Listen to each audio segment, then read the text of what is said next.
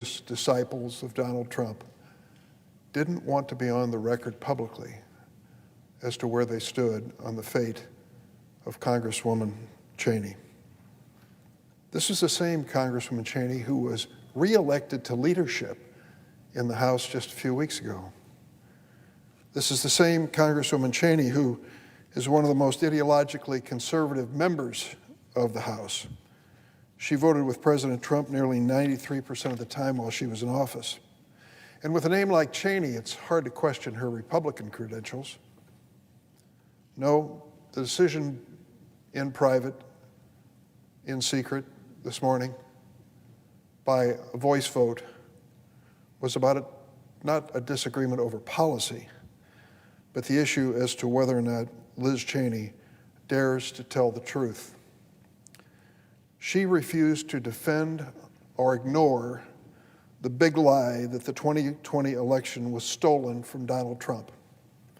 And in today's Republican parties, it seems like that is all that's necessary for grounds for removal.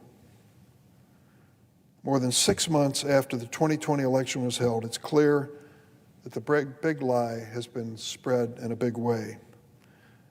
And that lie is not just a threat to the future of the Republican Party, it's a threat to our democracy.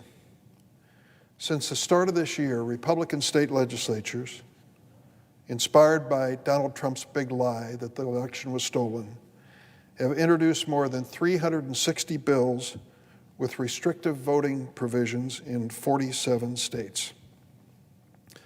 One of the most notorious examples, the state of Georgia. Remember the state of Georgia, hotly contested in the 2020 election.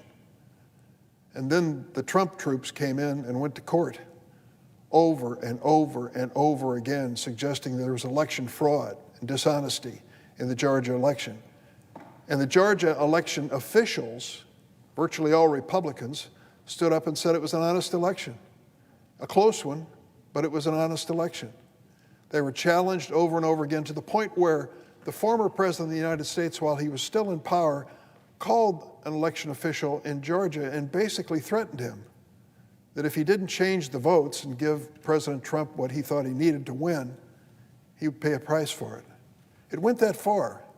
To his credit, this election official stood up and said, the results are accurate and I stand by them and I'm not going to change them. It went that far. And there was a big turnout in Georgia. In fact, there was an amazing turnout in the runoff election for the 2 U.S. Senate seats, won by John Ossoff and Raphael Warnock, our colleagues here in the United States Senate. So even with that big turnout, and even with the certainty that that election was honest from start to finish, the Georgia legislature decided to change the laws for voting in Georgia. It wasn't volume they were looking for, it was loyalty.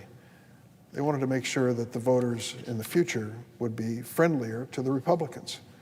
And so they changed the Georgia election law and made it harder for people, particularly people of color, young people, the elderly, people of limited means to vote.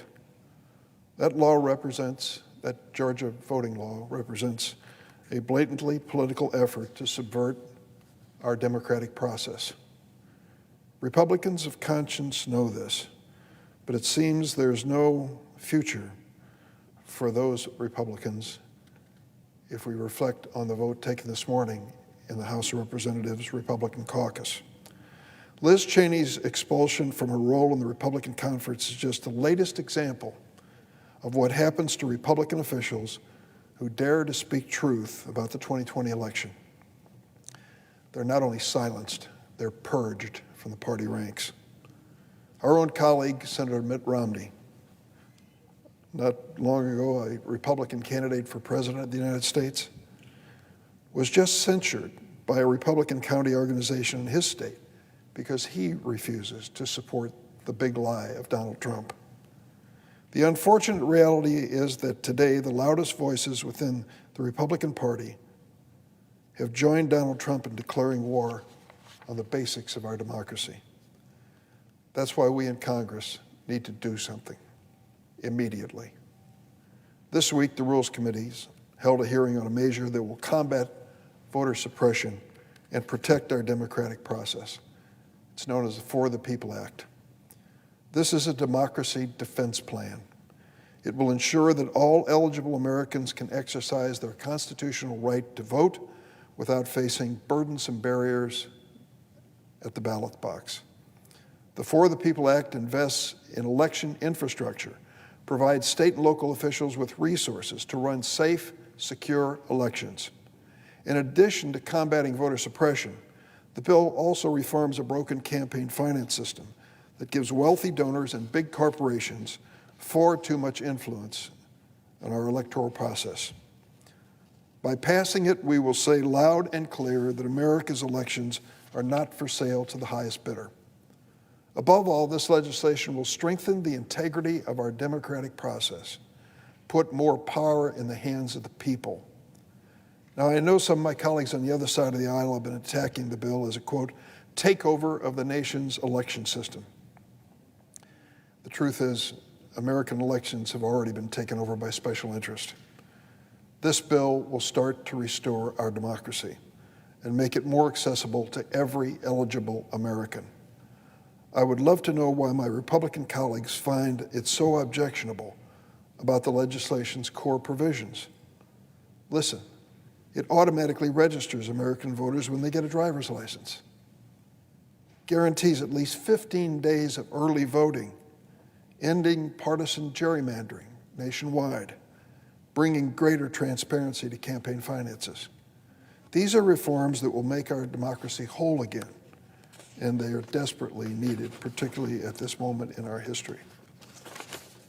Because in the world's greatest democracy,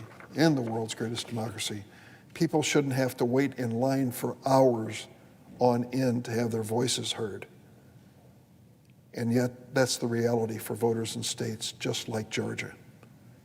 And it's not an accident. It's intentional.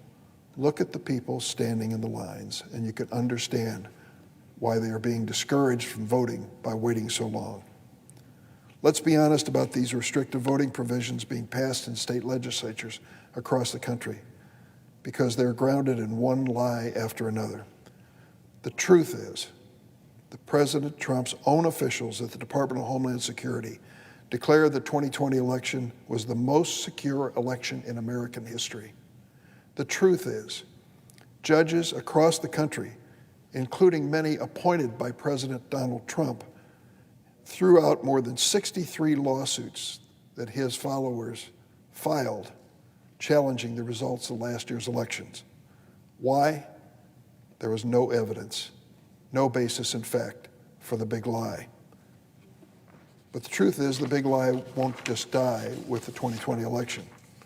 It will sow distrust in our electoral system for years to come, unless my Republican colleagues act with courage. A few have done so. This morning, one paid a heavy price.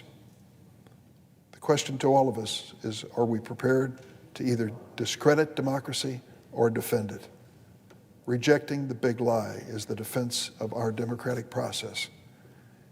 We have to join together in making certain that every American's right to vote is protected. Mr. President, I yield the floor. Suggest the absence of quorum. Clerk will call the roll. Ms. Baldwin.